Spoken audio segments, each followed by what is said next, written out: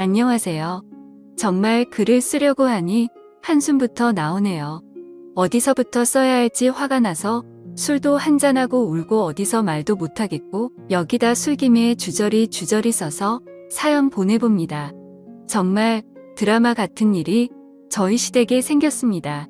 제가 결혼을 하고 얼마 있다가 벌어진 일입니다. 쉽게 요약해서 말하자면 시어버님이 밖에서 아이를 낳았습니다. 당연히 집이 발칵 뒤집혔죠. 저는 남 부끄러워서 친정에는 아무 말 안 했고요. 그 아이는 잘 자랐습니다. 조금 더 얘기하자면 그 아이는 시댁에서 키우기로 했고 애 엄마는 아이를 낳자마자 거의 도망가다시피 했고 나중에 알게 된 사실인데 시어머니가 5천만 원인가 해줬답니다. 그 뒤에 제가 임신을 했고 저희 부부에게는 현재 5살이 된 남아가 있고 저희 막내 도련님은 올해 7세입니다. 지금부터는 편의상 막내 도련님을 막내라고 쓰겠습니다. 그러다가 누구나 우려하던 일이 생기게 되었습니다. 시아버님이 갑작스럽게 돌아가신 겁니다. 그리고 엎친 데 덮친 격으로 얼마 지나지 않아서 시어머니까지 시름시름 앓기 시작하셨습니다. 이제부터는 여기에 다 안 써도 다들 짐작하시겠지만 전쟁 같았습니다. 결국 어쩔 수 없이 7세 막내를 저희 부부가 키우기로 했습니다. 그 결정의 과정을 모두 여기에 쓸 수는 없지만 저 역시 많이 울고 기도하는 고난의 날들이 있었습니다. 시댁 남매들 중 저희 부부가 가장 가정 형편이 좋습니다. 제가 친정에서 물려받은 재산이 조금 있어 저희는 다른 가족에 비해 부유한 편이라서 저희가 맡기로 한 겁니다. 물론 저희 친정 부모님도 난리가 아니었죠. 그런 힘들었던 과정은 여기에 다 쓰지 않겠습니다.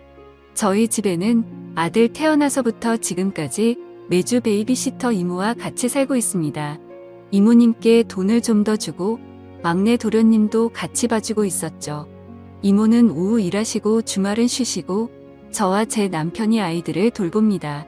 그리고 2주에 한 번 정도 주말에 친정 부모님이 저희 집에 오셔서 아들을 돌봐주시기도 하고요.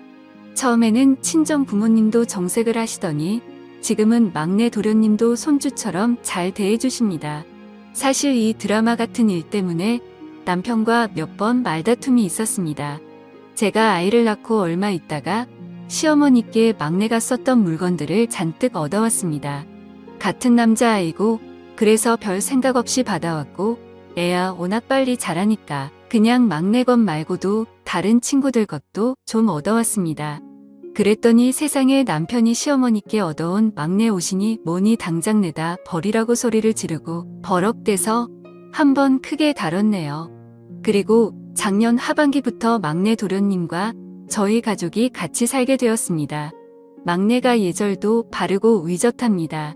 그 어린 게 저에게도 꼬박꼬박 형수님 하고 제 남편에게는 큰형님 그러면서 존대도 쓰고 제 아들도 마치 형처럼 살갑게 챙기기도 합니다. 큰 말썽 없이 잘 지내고 있습니다. 물론 아직 아기니까 가끔은 저한테 혼나기도 하고 뭐 평범한 어린아이입니다. 중간중간에 자꾸 눈치 보는 게 있어 사실 보고 있으면 마음이 짠하기도 하고 뭐 저는 그렇습니다. 작년에는 막내 유치원 문제로 한번 저희 부부가 엄청 크게 다뤘습니다. 그때 당시에 막내 영어 유치원을 보내려고 했습니다. 저는 이왕 이렇게 된 게 잘 키우고 싶은 마음이었죠. 그랬더니 남편이 아직 우리 애도 영어 유치원을 못 보내는데 저 아이를 왜 영어 유치원을 보내냐고 너무 성질을 내더라고요. 그래서 제가 아직 우리 애는 어리니까 영어 유치원 안 보내는 거고 우리 애도 7살 되면 영어 유치원 보낼 거라고 그러면서 크게 또 다투었네요. 결국엔 지금은 영어 유치원 잘 다니고 있습니다. 이모가 그러는데 평소에는 막내가 제 아들을 그 어린 게 조카라고 엄청 챙긴다고 하더라고요. 사실 제 아들도 막내를 좋아합니다. 아직 천지분간 못하는 제 아들은 막내에게 삼촌이라고 했다가 형아라고 했다가 뭐 그러면서 엄청 졸졸 쫓아다닙니다. 문제는 제 남편입니다. 평소에도 사실 둘을 차별하는 게 느껴집니다. 물론 제가 그러지 말라고 남편한테 주의를 주긴 합니다. 그러다가 오늘 또 크게 싸웠네요. 오늘 남편이 무슨 모임을 갔는데 얼큰하게 취해서 집에 들어왔습니다. 아들이 먼저 쪼르륵 나와서 아빠 그러면서 안기더라고요. 저도 나왔고요. 그런데 조금 늦게 막내가 나왔는데 남편이 막내한테 짜증을 내면서 너는 뭐 하는데 형이 왔는데도 늦게 나오냐고 그러더군요. 그러면서 그럴 거면 너네 집 가라고 그러는 겁니다. 내가 너무 당황해서 애한테 왜 그러냐고 그러고 남편은 또 화내면서 너는 왜 쟤만 감싸고 도냐고 그러면서 결국 큰 소리 내면서 싸우고 막내는 죄송하다고 울고 아들은 형 우니까 따라 울고 뭐 난리였습니다. 남편이 성질 내면서 나갔는데 아까 시어머니께서 전화가 왔습니다. 집에서 나가서는 시어머니 병원으로 가서 자는가 보더라고요. 사실 오늘이 남편의 첫 사적 외박이네요. 저도 흥분한 애들 겨우 달래고 서재에서 그냥 조용히 술 한잔하고 있는데 눈물이 왈칵 나더군요. 이렇게 글을 쓰다 보니 제 남편이 쓰레기 같은데 사실 남편은 저랑 연애하면서 최근까지 누구에게도 악한 소리 한 번 안 하고 저랑도 싸운 일이 없었습니다. 참 순하고 인성 올바른 사람입니다. 시아버님도 바람둥이 할아버지는 아니었고 명망 있으시고 참 좋은 분이었습니다. 어느 날 남편이 그러더군요. 자신의 롤모델은 아버지였다고요. 인자하고 기품 있고 때론 엄하고 때론 친구 같은 아버지가 좋았다고요.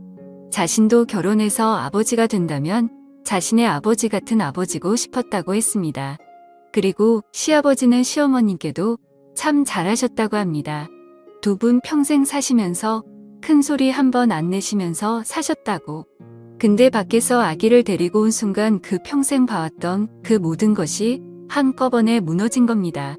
작년 어버이날 유치원에서 막내가 그림카드를 3개를 만들어 왔습니다.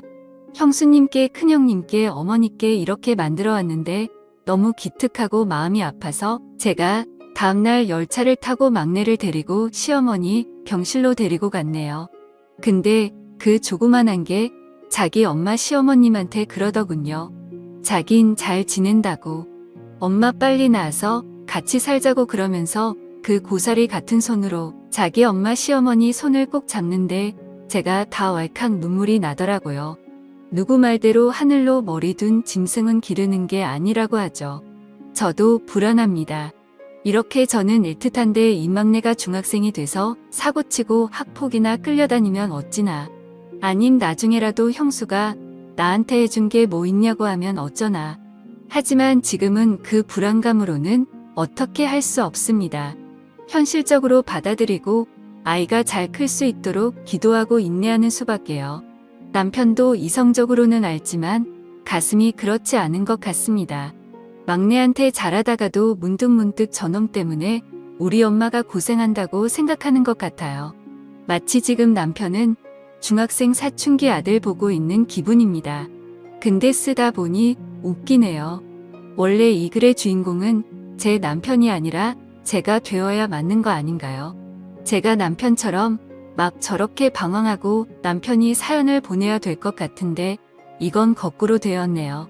현실적으로 지금 가장 큰 걱정은 남편이 막내한테 손찌검을 하거나 언어 폭력을 쓸까봐 무섭고 남편은 사실 저랑 교제부터 여지껏 욕 한 번 하는 걸 못 봤는데 막내가 집에 오고 나서부터는 성격도 조금 사나워지고 예민해졌으며 술 마시는 횟수도 꽤 늘었습니다.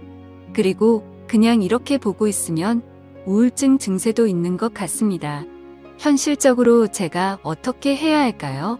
가족들 다 같이 병원 가서 가족 상담을 받을까도 진지하게 고민하고 있습니다.